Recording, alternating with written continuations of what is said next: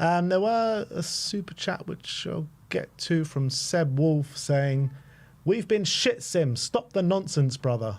I didn't deny we've been shit. I'm saying the statement from Ben was, since the first 10 games we've been shit. I disagree with that.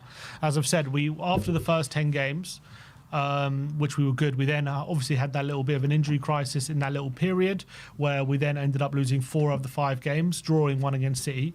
After that, for the next 16 games, we won 10 of them, drawing 3 and winning and losing 3. So that was actually top 4 form we showed in those next 16 games. So that wasn't shit. And to do that in his first season was pretty good, actually, considering we had that injury crisis. So we did turn it around. And then we ended the season, I think the last 6 games of the season, we lost quite a few heavy ones. And obviously we did play the top 5, but we lost them quite heavily, and it was a really poor end to the season. So no doubt about that. But again, you can't just take away that other bit because it doesn't suit the narrative. We were in top 4 form for a good period of that season after the first 10 games. So you can't just completely wipe that away, in my opinion. But we had a bad end to the season and we ended up finishing 5th. I think that was a fairly decent finish in terms of the position.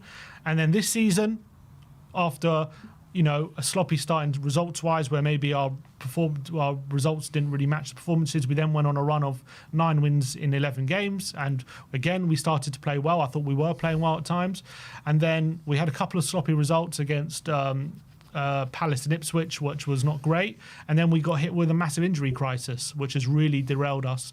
And as I've said, but before the injury crisis, in terms of the points per game we were on, we was at 1.67, which would be 36 points right now, which would be kind of 8th, 2 points off 5th. So we wouldn't be in a disastrous situation if we kept up that kind of. It wouldn't be perfect, don't get me wrong, but it wouldn't be this disaster. But we got hit with this injury crisis. We're losing players left, right, and centre. For 2 or 3. It's coming up on 3 months. We've had double digits of injuries. I mean, any squad with that kind of strain on their squad would be suffering big time. Now, can he be getting more results with even in this injury crisis? I'd like to think so. I'd like to think there would be more results in that period. Obviously, we have had some results but not just in the league. It's obviously been in cups and stuff, which is obviously seen us through, which is good. But the league has just been relentless, and it's been and this league is so brutal this season, with a lot of teams getting better and a lot of middle teams. If you have any sort of drop off, we've seen with other teams any sort of drop off, and you're just losing points left, right, and centre. And unfortunately, when you go 2 months with over 10 injuries, there's going to be a significant drop-off, and that's what we're seeing. So that is what I'm saying. I'm not saying we haven't been bad in this period. My just contention was, since the first 10 games, we've been shit. I disagree with that. I'm not saying we haven't been shit for a while, because we have. But my point is, I disagree with the statement that since the first 10 games, we've been shit. I mean, just look at wins and losses, just pure results from that point till now. Just broke it down very specifically. Yeah, and if you actually look at the numbers of how many wins and how many losses, I think we had more losses than wins since that period. Yeah, mainly because we've just lost 10 in a row. But still, even up to the point, what was the wins versus losses? It was still not a great ratio.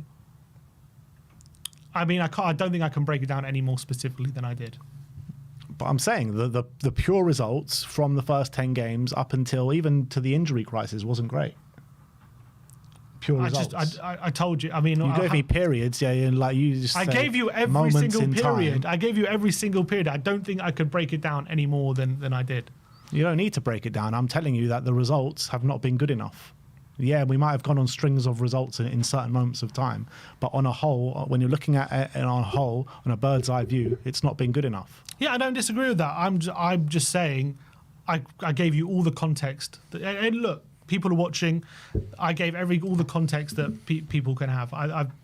We've gone through good periods when we have gone through bad periods. Overall, it's not been good enough, but I do think a large part of that is because the form we've been on in the last 2 months. As I've said, if the form carried on from the beginning of the season, yes, we were losing too many games, but in terms of we were also winning games, and we were winning games fairly consistently, yes, it was kind of 1 win, 1 loss, but in this kind of season, that wouldn't have put us in a horrific position if we would have carried on that kind of form. We're in the position now because of the injuries. As I've said, last season, people say after the first 10 games we were shit. It's not true, as I've broken it down. And overall, because of how we ended last season in the last 7 games, and because of this current losing streak we're on, that's caused the overall picture to look absolutely horrific. I don't believe if the situation were different, it wouldn't be like that. But that's the situation we're in, and we have to accept that and understand. I understand that situation, but I understand the context as well. I'm not saying everything would have been sunshine and roses if we had no injuries. I'm sure we'd also have disappointing results along the way there as well. I just don't think we'd be in the mess that we're in now, and that's my opinion. So you're happy with his managerial, how he's done at Spurs, you know, if you take out of the injury crisis? Well, I don't know how it would be if we took out the injury crisis. Yeah, let's say before the at the point of before the injury crisis, you're very happy with the way the what. I wouldn't say very happy, but I don't think we'd be in the mess we're in now. And I think we had shown signs of improvement. Actually, we wouldn't be in a relegation battle. I'll give you that. But no, we would still be in all the cups, and it would still be in fight for Europe. In all the cups. Yeah, exactly. And we would and I think we would still be in contention for Europe. 100%. I do think that. Yeah.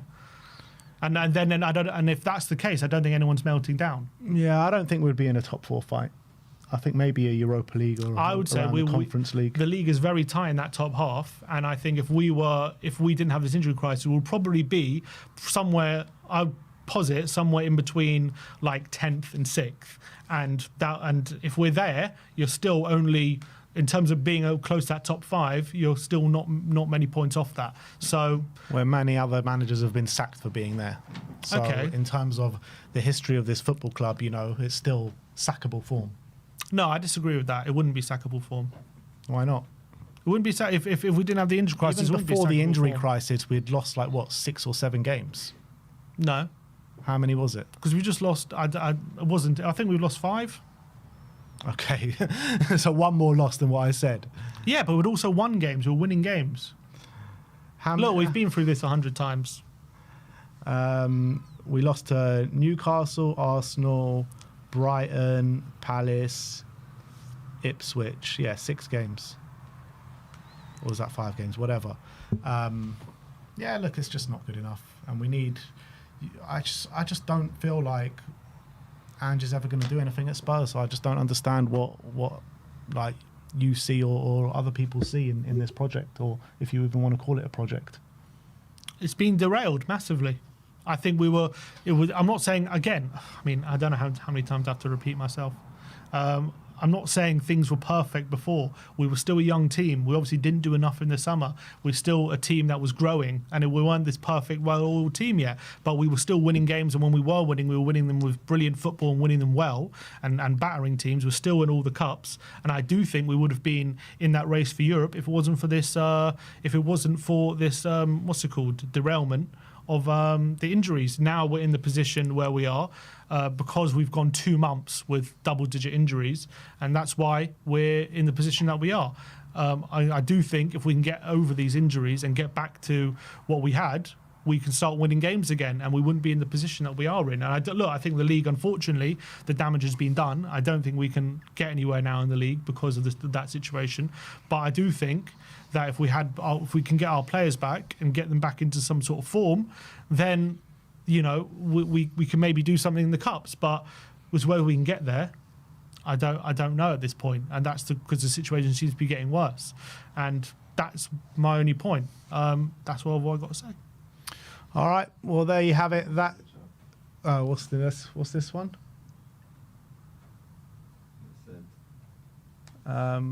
Footy something says, Sim, will you ever say Ange out?